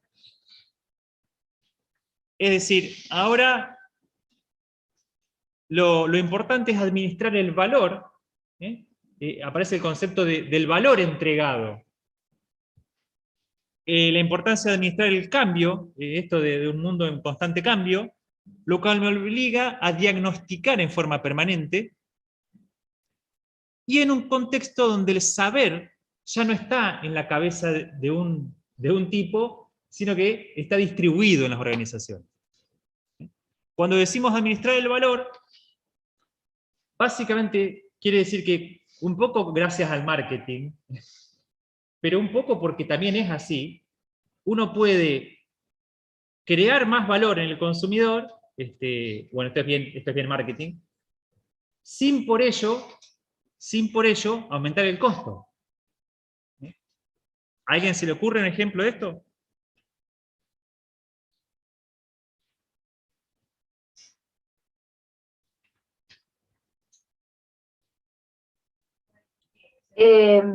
Profe, Sí, vale, después vamos con usted. Vanina. no, Abril, No. no sé si entendí bien, pero por ahí con algún detalle o algo que se ofrezca en el servicio, no aumentás el costo, pero aumentás el valor del producto. ¿Se te ocurre algún detalle? Y no sé, ahora con los emprendimientos que ponerle un sello a la bolsa o esas cosas que no es un gran costo, y para el cliente tal vez es algo lindo, no sé. Ajá, puede ser, puede ser. A ver, acá No sé si va por ahí. puede ser, ahora lo comentamos. Acá, ¿tu nombre cómo era? Lucía. Acá Lucía en la clase, a ver si la logran escuchar. No, yo había pensado como ella, que por ejemplo cuando vas a un lugar y ya te atienden a conocer de una forma, te predispone distinto a un lugar que no te dan pelotas, por ejemplo, pero es como que ya vas como de otra forma predispuesto, digamos. ¿La escucharon a Lucía? Se escuchó bastante bajo, profe. ¿Se escuchaba? Claro. Bueno, Lucía, No, pero- le voy a repetir lo que dijo Lucía porque era el mismo ejemplo que iba a dar yo.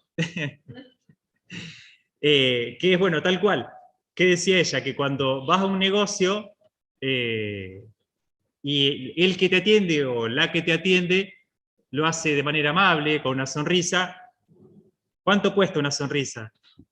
¿Cuesta algo?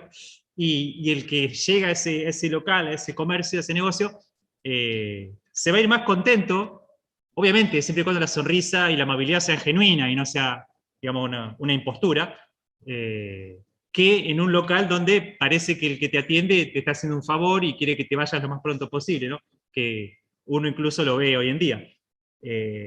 Obviamente alguien me podría decir, si uno lo piensa más allá, uno diría, bueno, pero ese local que tiene esa empleada, que es amable, buena y que te atiende bien, seguro que esa empleada es más cara que la mala onda.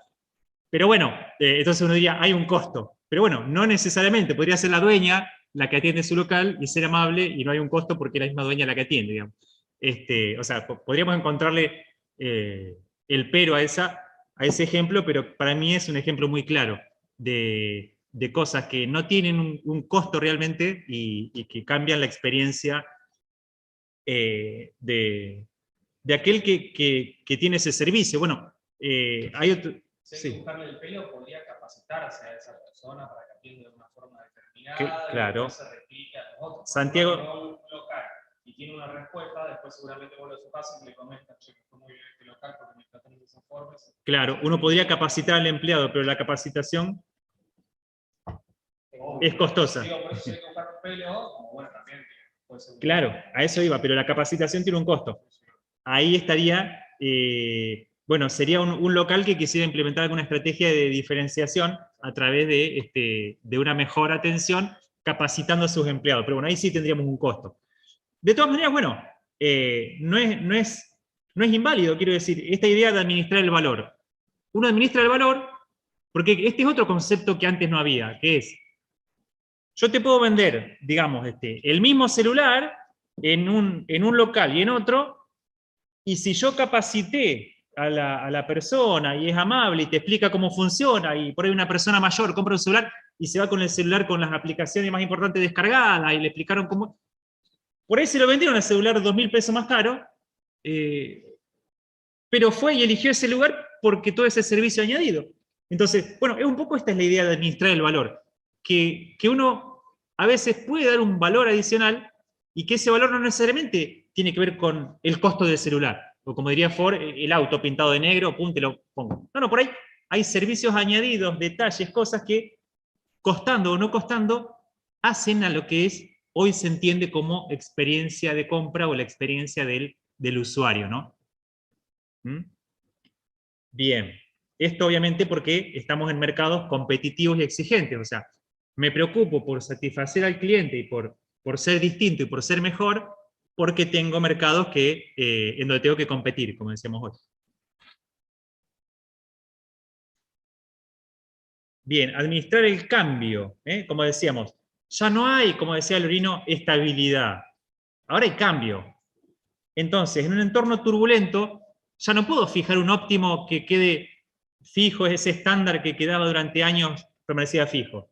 Tengo que ser flexible, porque el óptimo es como que va cambiando al ritmo de los cambios externos. Entonces, tengo que ser flexible para de alguna manera todo el tiempo estar moviendo ese óptimo. Entonces, obviamente, tengo que diagnosticar también en forma permanente. Si el contexto me cambia, el diagnóstico tiene que ser permanente y la innovación también. Y entender también que en este diagnóstico permanente y en este cambio, los desvíos ya no son nocivos. Porque un desvío me puede estar marcando simplemente que el estándar quedó viejo. No, ese estándar era para otra época, no para la que estamos viendo ahora. Y a diferencia de lo que ocurría antes, no hay ahora un director de orquesta que tenga toda la información, sino que el saber es como que está distribuido en especialistas, diferentes especialistas en la organización, cada uno tiene como un pedacito de su verdad, y bueno, el rol del director de orquesta sí, es hacer que la orquesta funcione, digamos, en armonía, pero ya sin saber y tener él todo claro qué es lo que cada especialista sabe, sino confiar en los especialistas en que ellos, digamos, me van a asesorar y van a saber cómo armar todo el rompecabezas que es hoy la organización. Los conocimientos, decimos, están fragmentados. Y entonces, bueno, como resumen de lo que es la etapa anterior o clásica y la nueva etapa, es que, como nuevo paradigma, miro hacia adentro de la organización, pero cada vez tengo que mirar más hacia afuera. Esto, ¿a qué herramienta vista en la parte de estrategia les hace acordar? Al FODA. ¿Y dentro del FODA? Bueno, interno y externo, pero cuando decimos mirar el afuera, ¿cuáles eran las herramientas del afuera, del FODA? De oportunidades y amenazas, ¿qué herramientas habíamos visto? Dos herramientas hay para analizar oportunidades y amenazas. ¿Cuáles son? No me preocupen, chicos. La fuerza de Porter. Porter, ¿para analizar qué? ¿Qué analiza la fuerza de Porter? ¿Qué entorno? Microentorno, el entorno competitivo. El competitivo, el de proveedores, clientes, competidores. ¿Y qué otra herramienta para analizar el otro? El PESTEL. Ahí en el chat. María Victoria, muy bien, PESTEL. El PESTEL. Fenómenos políticos, sociales, tecnológicos, más que nada el PESTEL. Porque, bueno, obviamente que puede surgir un nuevo proveedor, puede surgir un nuevo competidor, pero eso es en cuanto al entorno competitivo, pero las fuerzas estas macro, tecnológicas, sociales, los cambios de costumbres, son los que más atento hay que estar respecto a esto de cómo me pueden afectar en mi desempeño. No estoy diciendo que la fuerza de Porter no sean importantes, ¿no? Las dos herramientas son importantes, analizan distintas cosas, pero bueno, el PESTEL analiza fuerzas más genéricas que afectan a todas las organizaciones y a todo el mundo, pero que impactan tanto a mí como a mis proveedores como a mis clientes. Bien, el foco ya no está puesto en los costos exclusivamente, sino que ahora también se mira el valor, la importancia de coordinar saberes de diferentes especialistas. El desvío tiene que ser como una alarma para ver qué fue lo que ocurrió, o sea, ¿realmente alguien se equivocó, tomó una mala decisión o el estándar estaba mal planteado, o el estándar quedó viejo? Bueno, es una alarma, como dice ahí, para repensar. El desvío tiene que ser para pensar, para analizar. Un poco lo que hacíamos en la parte de control presupuestario.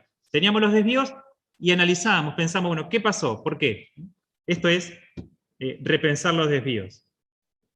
Y el sistema de control que tiene que evolucionar, es decir, tiene que evolucionar al ritmo de todos estos cambios que estamos hablando.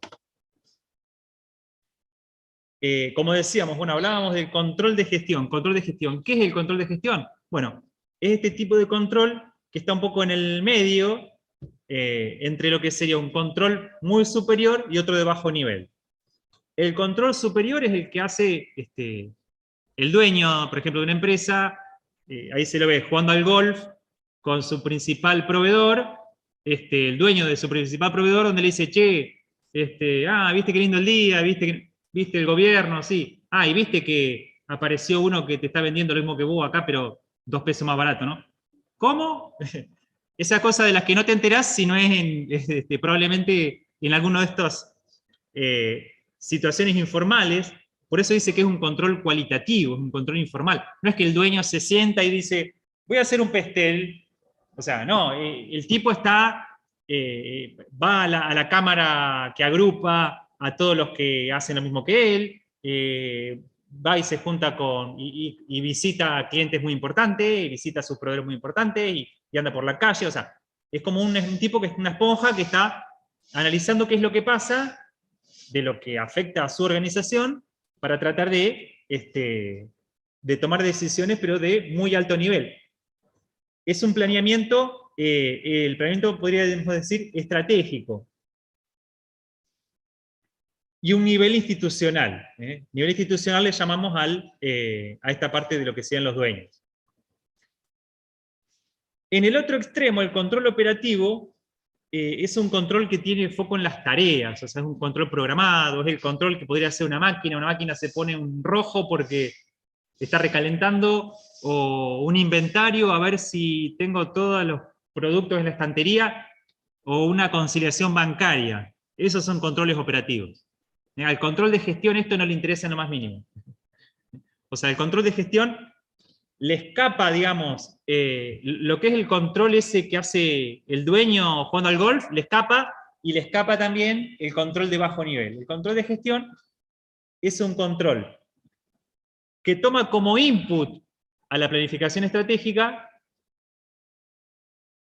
y hace foco en toda la organización, sería en todo lo que es la parte interna de la organización, haciendo foco en las funciones, los objetivos, los recursos y los individuos.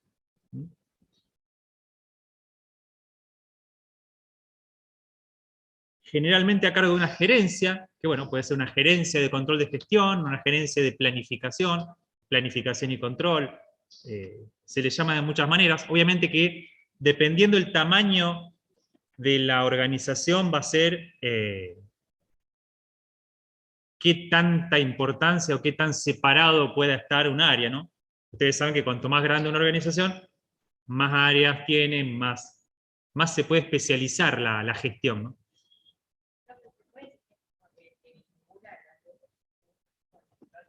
¿Cómo, Lucía? Sí. Puede ser que el control de gestión como que vincule superior del objetivo, como que sea una- Si vincula los dos tipos de control anteriores. En realidad es distinto.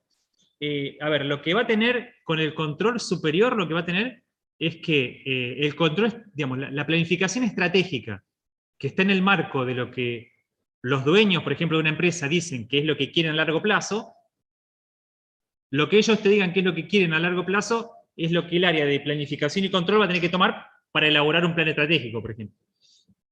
Y el control operativo, no, el control operativo, ya te digo, es un control muy programado, muy repetitivo, muy automatizado.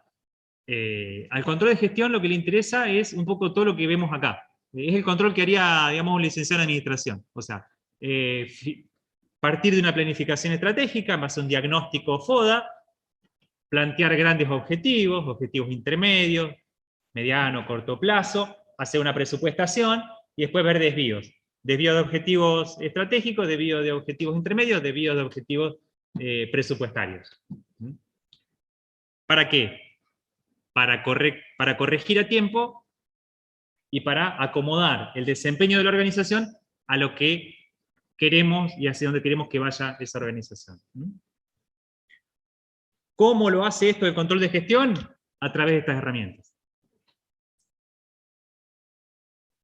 A través del control presupuestario, como ya lo vimos, la contabilidad puede ser otra herramienta, la contabilidad de gestión también, las auditorías, los controles a través de indicadores, el tablero de control, bueno, son todas herramientas que utilizan desde el control de gestión para hacer este tipo de control.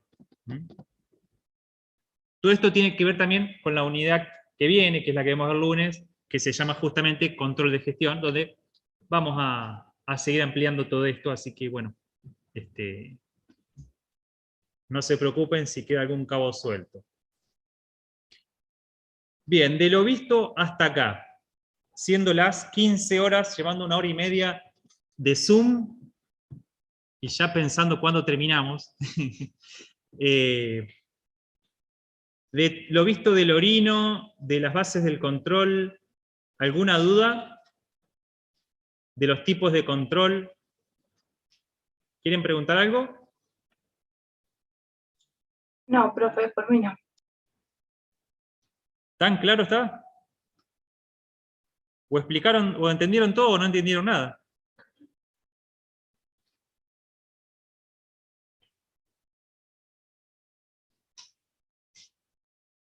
Bueno, entonces, no habiendo ninguna duda, ahora un ratito Corina, me estaba escribiendo con Corina, que en un ratito se va a conectar por el tema de... No, ahí me pasó, Diego, en la clase presencial. Sí. Ahí veo en el chat para que Silenciados. yo ahora veo en el chat el doc como para que puedan ponerse para la próxima clase. Estén atentos al chat, los que están en el Zoom y los que están acá, bueno, estén atentos que vamos a ver cómo lo solucionamos los que no están en el Zoom. ¿El entorno lo controla? Sí, sí, lo puedo colgar. El foro, todo eso. ¿Querés que lo abramos, Santiago, ahora?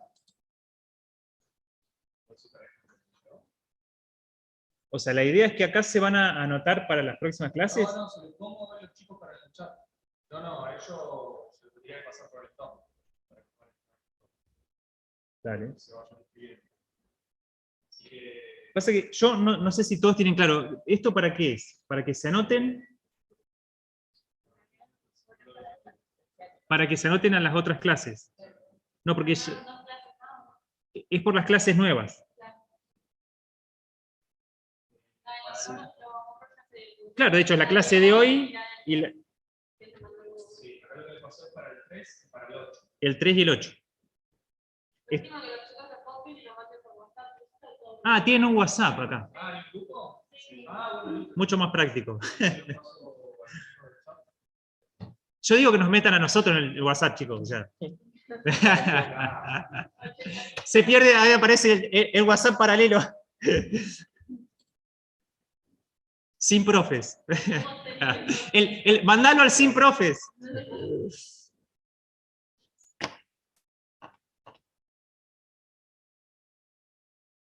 Bueno, ahí está. Chicos, bueno, hagan como quieran con eso. Bien. Hablando de clases presenciales, la hojita con los inscriptos. Bien. Sí, hay dos chicos que entraron después. ¿Me dicen los nombres? ¿Sí?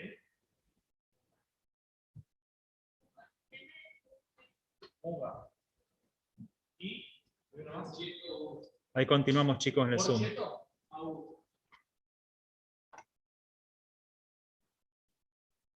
¿Algo más? ¿Más? Bueno, estamos con los temas operativos de la materia. ¿Estamos? ¿No hay ninguna duda? Bueno. Entonces, y ahora nos vamos de Lorino, nos pasamos a Gili, que es el otro autor que tienen ahí en el entorno para leer, que nos va a hablar de los componentes y requisitos de todo proceso de control. Es decir, ¿qué es lo que debe contener cualquier proceso de control? Típica pregunta de examen. ¿Cuáles son los componentes de un proceso de control? 5, estos 5 que ven acá. Indicadores. ¿Indicadores por qué? Porque para controlar necesito tener algo. ¿Necesito tener qué? Un número. Un indicador, básicamente, ustedes piensan en indicador, es un número. ¿Qué tipos de indicadores hay? ¿Cómo se calculan los indicadores? Y demás, lo vamos a ver en la clase del lunes. Así que no se la pierdan. Se las recomiendo. Es algo que me dice a mí dónde estoy parado el indicador. El indicador es esto. Ventas, 10.000 unidades, pum, 10.000. Eso es un indicador. A veces los indicadores es más útil que te dé como una relación entre variables. Que me diga, por ejemplo, no 10.000 unidades. Que me diga, no sé. El mes pasado. Que compare con el mes pasado, por ejemplo. Eso se llama tasa de variación. Entonces, no es 10.000 unidades. Es 5% de incremento respecto al mes pasado. Pero bueno, como les dije, vamos a ampliar el lunes. Pero por lo pronto sepan que un proceso de control tiene que tener un indicador, tiene que tener un número, algo que me diga dónde estoy, qué es lo que da el número de tal variable. Bien, planificación. ¿Son los ratios, profesor? ¿Perdón? No, son los ratios. ¿Puede ser? Claro, ¿O es un otra cosa? sinónimo. Es un sinónimo. De hecho, ratio vendría a ser un tipo de indicador, porque ¿qué quiere decir? Ratio es una, no sé si un anglicismo, ¿no? Porque de ratio. Ratio en inglés es una relación entre dos variables, es lo que nosotros le llamaríamos un índice. ¿Mm? Un índice entre dos variables. Esto que dijimos de, por ejemplo, un ratio sería unidades producidas por operario. Produzco 10.000 unidades, produzco 500 unidades por operario. Ese es un ratio. ¿Eh? Acá somos 3 profesores y hay 45 chicos. Hay 15 alumnos por profesor. Ese es un ratio. Está bueno 15 por profesor. Bastante poco. Bueno, no cuento lo de Zoom, disculpen. Ya, se me va el ratio al diablo. Bien. Exactamente, ratio, indicador, podríamos tomarlo como un sinónimo. Planificación. Y acá volvemos a la primera filmina de la clase. Planeamiento y control. Si dijimos que siempre que uno controla lo hace en base a una planificación, y planeamiento y control también se dice son dos caras de la misma moneda, evidentemente todo proceso de control que tiene que tener un planeamiento. O sea, todo proceso de control, a la hora de yo contrastar ese indicador que tengo, ese primer elemento, ¿contra qué lo voy a contrastar? Contra algo que determiné en la planificación.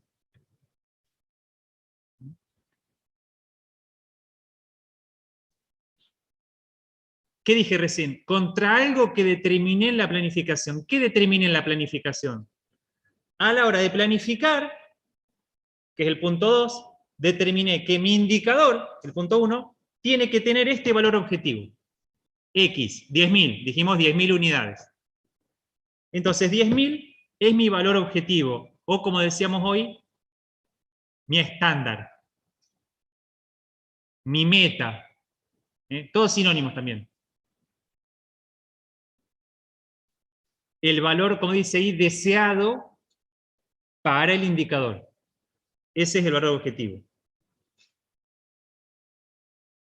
Fíjense lo del semaforito. ¿Por qué aparece un semáforo?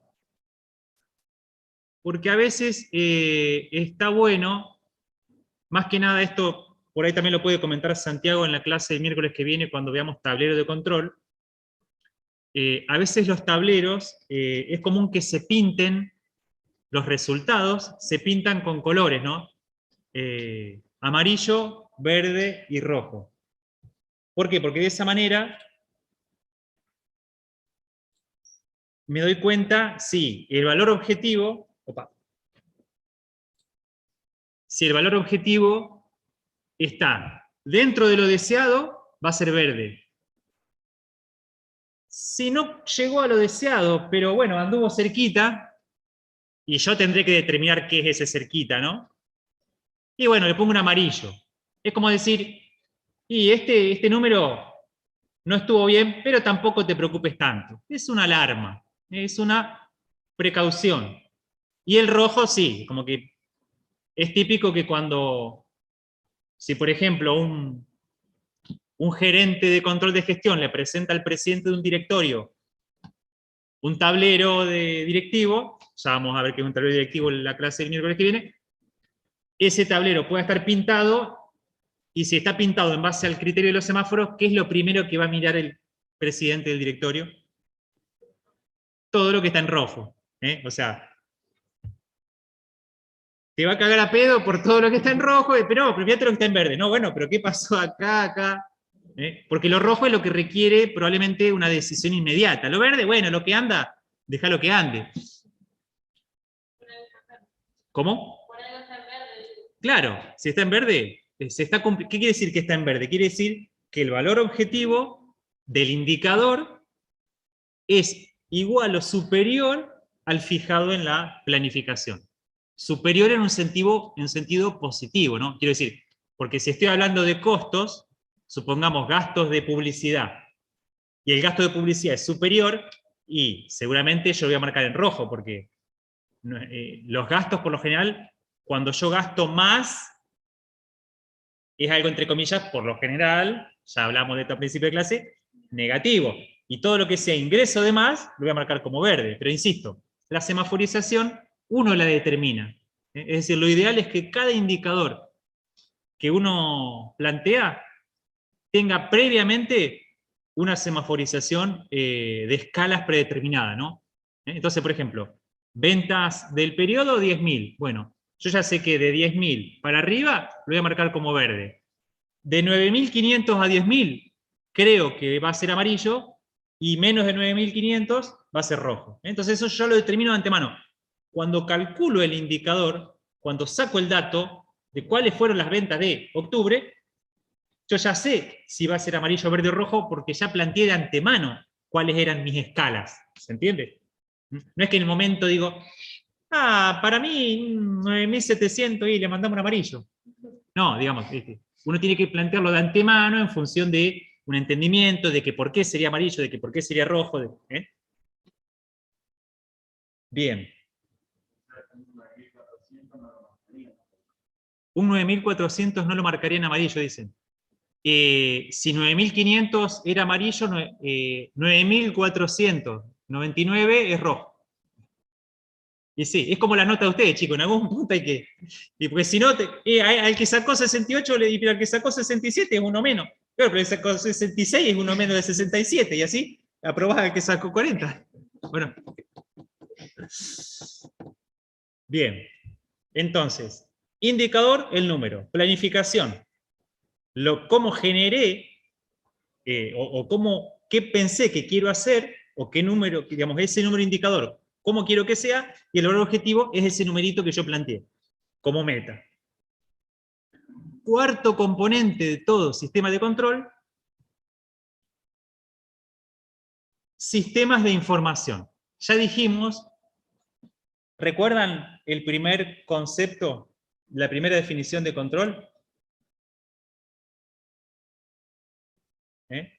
Dijimos que controlar era recolectar información para ver, bla, bla, bla. Bueno, la información es el cuarto componente. ¿Por qué? Porque ese indicador al cual le fijé una meta y demás, ¿cómo hago para llegar a ese indicador? O sea, de alguna manera, 10.000 unidades producidas. Ajá. ¿Y quién te dijo a vos que se fabricaban 10.000 unidades? De algún lado salió ese 10.000. O sea, hay algún sistema de información donde se cargan las unidades producidas y donde yo pueda decirle, mira, decime cuántas unidades se produjeron desde el 1 de octubre a las 0 horas hasta el 31 de octubre a las 23:59. Track 10.000. Porque, no sé, tal vez es una fábrica que trabaja las 24 horas y el 1 de noviembre a las 0 y 1 minuto ya hay otra unidad producida, pero esa no la voy a poner porque ya es del día siguiente. Bueno, sistemas de información es la manera en la que recolecto la información que voy a volcar en el indicador.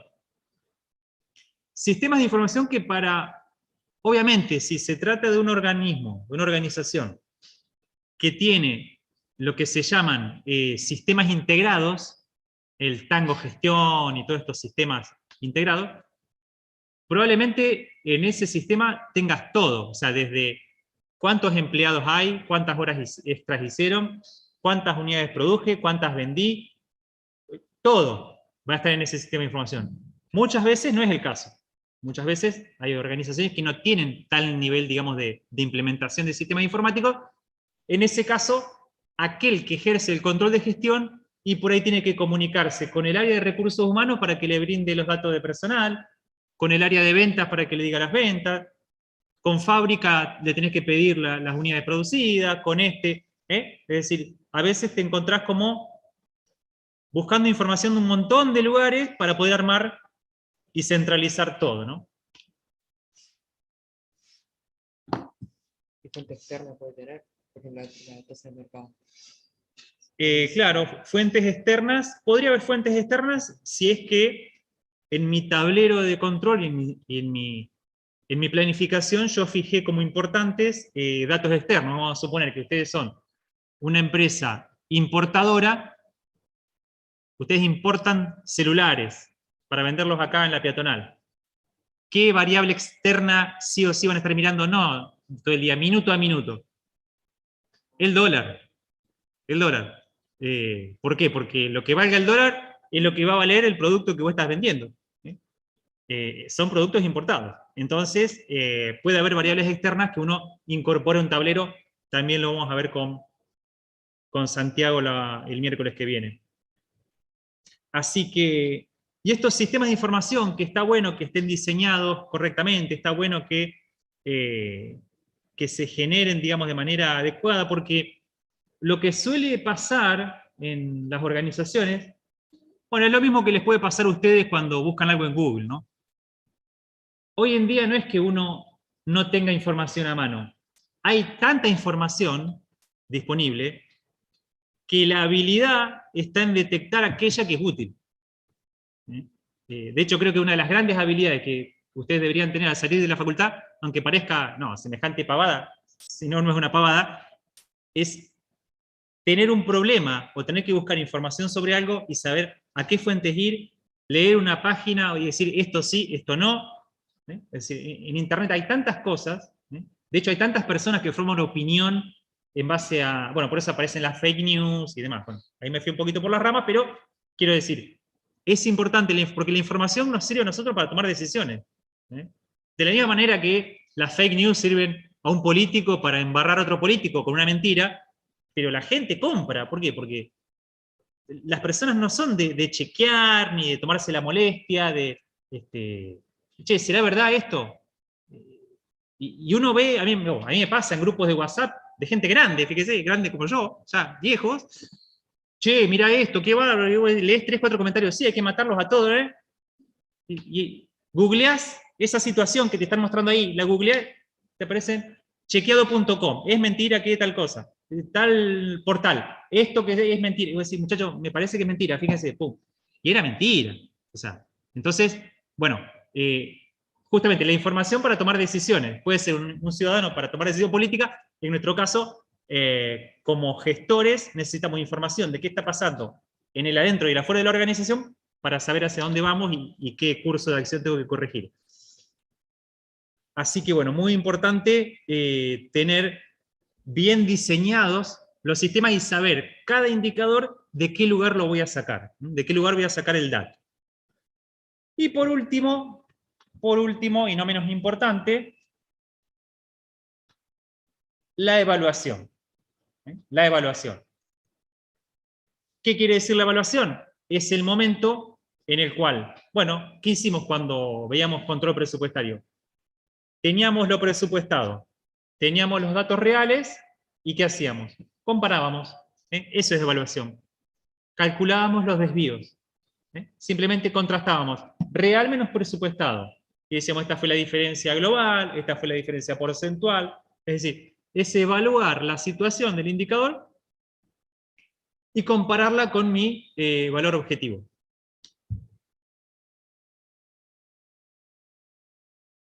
Obviamente que uno evalúa acciones, pero también responsables, y uno tiene que tratar de, un poco el ejercicio que hicimos acá con la parte de presupuesto, ¿no?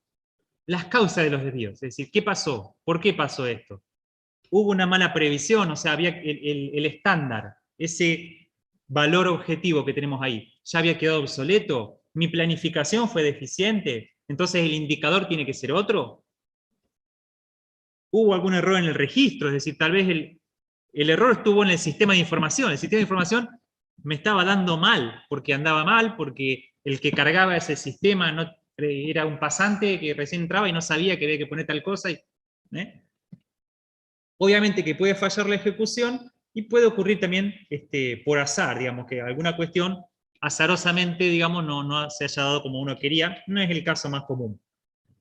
Y lo ideal es tomar medidas correctivas y oportunas. Es decir, para eso se hace el control de gestión, para tomar medidas correctivas de manera lo más rápido posible, por eso lo de oportunidad.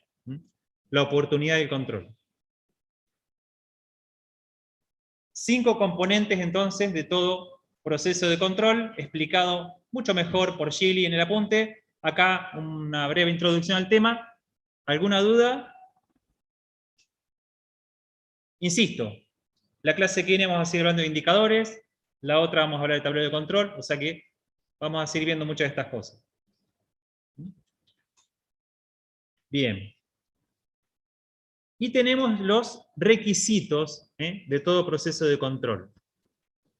Requisito quiere decir cómo un proceso de control tiene que ser, o qué cualidades debe cumplir para ser un adecuado proceso de control. Tiene que estar adaptado a las necesidades del usuario, es decir, a las necesidades de aquel que va a usar esa información para tomar decisiones. Quiero decir, si el usuario es, sí, supongamos, un gerente general, sin mucha idea de cuestiones técnicas, cuando haces un tablero no le podés poner todo con lenguaje muy técnico, muy específico, y que no entienda. Es decir, tiene que estar adaptado a las necesidades. Como dijimos, tiene que estar orientado a una rápida detección de desvíos, que lo más rápido posible se detecte el desvío. Trabajar por excepciones. Esto tiene que ver, algo había hablado Andrés del control por excepción el otro día, y es esto de que control por excepción quiere decir que, bueno, es esto que hacía el presidente del directorio, ¿recuerdan que miraba lo que estaba en rojo? Porque el tiempo es dinero, el tiempo es tirano, y uno no puede estar controlando y poniéndose a investigar cada uno de todos los indicadores. Bueno, ¿a dónde uno va? A los problemas. ¿A dónde uno va? A las excepciones. Uno toma decisiones y actúa sobre las excepciones, sobre aquellas cuestiones que uno marca como problemáticas. Eso sería gestionar por excepciones. Como problemáticas porque son críticas. Ya el hecho de que un indicador esté en un tablero ya habla de una cuestión crítica y muy importante. Y si encima la marcamos como rojo porque vemos que tiene un comportamiento menor al deseado, con más razón. Tienen que ser objetivos. ¿Qué quiere decir objetivo? Que si Andrés hace un control de un indicador y lo hago yo, el indicador y el control y el desvío tiene que ser exactamente el mismo. ¿Qué quiere decir? Que los dos fuimos a la misma fuente de información, que los dos comparamos lo mismo, que utilizamos los mismos datos. Eso es objetivo, un control objetivo. No importa quién lo hace, siempre tiene que dar igual. Flexible, flexible quiere decir para un control tiene que adaptarse a esto que decimos, estos entornos cambiantes. Por ahí requiere que se modifique una variable, que se modifique el valor objetivo, o que se modifique lo que estoy controlando. Económico, nunca, nunca. Un control puede ser más caro que el beneficio de haber hecho ese control. ¿Se entiende? Yo para esto siempre doy un ejemplo poco académico, pero que es muy gráfico, que es un capítulo de Los Simpsons. Veo que hay gente que es fanática de Los Simpsons y cualquier cosa le dice, sí, porque viste que Bart, bueno, no, yo no soy de esos, pero hay un capítulo que el señor Burns instala todos como cámaras. Lo recuerdo algo así, establece dos cámaras de vigilancia en cada una de las oficinas para que no le roben. Y le dice el señor Smither, sí, con esto vamos a evitar otra vez que nos roben. Y le dice Burns, claro, ¿cuánto nos habían robado el año pasado? Sí, nos habían robado como $4.000.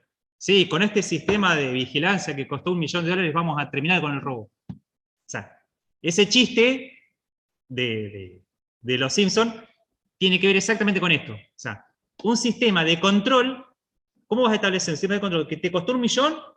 Que te roben los 4.000, que te roben 10.000 si querés. O establecer un sistema de control más barato, o no controles, y te perdés los 4.000, los tomás como giro del negocio. No puedo poner, contrato a un auditor que me cuesta 100.000 pesos por mes, más cargas sociales, me sale 150.000, para controlar el trabajo de 3 personas que en el año, 150.000 por mes, son 1.800.000 al año, para controlar el trabajo de 3 personas que, no sé, supongamos me faltaron 100.000 pesos el año pasado. Y no lo contraté, o sea, da por perdido los 100.000 o resolverlo de otra manera. Entonces eso, es económico. Nunca el esfuerzo de hacer un control económico en tiempo puede ser mayor al beneficio que me va a dar a mí hacer ese control. Comprensible, quiere decir, para todos los involucrados, para el que lo diseña, para el usuario, etc. Y como dijimos, ya lo repetimos un par de veces, la importancia de que impulse a la acción correctiva. Es decir, todo control para que rápidamente uno sepa qué tiene que hacer. Bien, está con los requisitos de los procesos de controles, también está explicado en los apuntes, lo pueden leer, y cualquier duda lo vemos en otro momento. Y bueno, ya promediando las 2 horas de Zoom, vamos a tratar de redondear, porque bueno, algunos participantes de Zoom se fueron, es mucho, acá sería menos elegante que se levanten y se vayan, así que el problema de la presencialidad, están atrapados. Pero bueno, vamos a tratar de ir cerrando. Nos quedó por ver el tema de control de áreas clave, horas críticas. Les propongo que esto lo retomemos el lunes, que vamos a ver indicadores. La clase del lunes es por Zoom, ¿no? 100% por Zoom. Vamos a ver indicadores y retomamos esto de áreas claves. En el entorno hay un ejercicio de áreas clave. Es un Word que tiene un cuadro, determinados tipos de empresas, y les pido a ustedes que piensen qué áreas clave uno podría elegir para controlarlas. Si quieren ir pensándolo, ¿qué es área clave? Área clave vendría a ser como grandes, van a ser los grandes grupos de indicadores que uno va a poner en un tablero. Grandes grupos de indicadores que uno va a poner en un tablero. Por ejemplo, un área clave podría ser, bueno, a veces se confunde con funciones, mucha gente los toma como sinónimos, ¿no? Función finanzas, función ventas, función personal. Entonces yo puedo decir, acá están todos los indicadores de personal, todos los indicadores de finanzas, pero a veces está bueno ser como un poquito más específico, entonces hablar, por ejemplo, no de producción, sino hablar de calidad de la producción. Ese vendría a ser como un área crítica que es un poco más específica que la función producción. Ya le estoy dando a los indicadores que va a haber ahí adentro, yo ya les doy como una orientación, un cariz, son indicadores que van a tener que ver con la calidad. ¿Por qué? Porque a esta empresa le interesa mucho la calidad, ¿se entiende? Entonces, bueno, estos son ejemplos de áreas clave, y la idea es que ustedes traten de pensar, por supuesto, son ejemplos, no es que esto es taxativo, son todas las áreas críticas que puede haber, no, de ninguna manera. Ustedes tienen más ejemplos en los apuntes que están en el entorno. Si pueden para el lunes, traten de tener leído ese cuadrito, tenerlo familiarizado, y si pueden vayan pensando, porque ¿qué ocurre? Diferentes tipos de organizaciones requieren el control a través de diferentes áreas claves y diferentes indicadores. Entonces es empezar a pensar esto, empezar a pensar qué tipo de grupos de indicadores o áreas críticas yo voy a utilizar para qué tipo de organizaciones. ¿Estamos? Bueno, si no hay ninguna duda, ningún comentario, Santiago, Andrés. ¿Dudas en el Zoom? ¿Todo bien?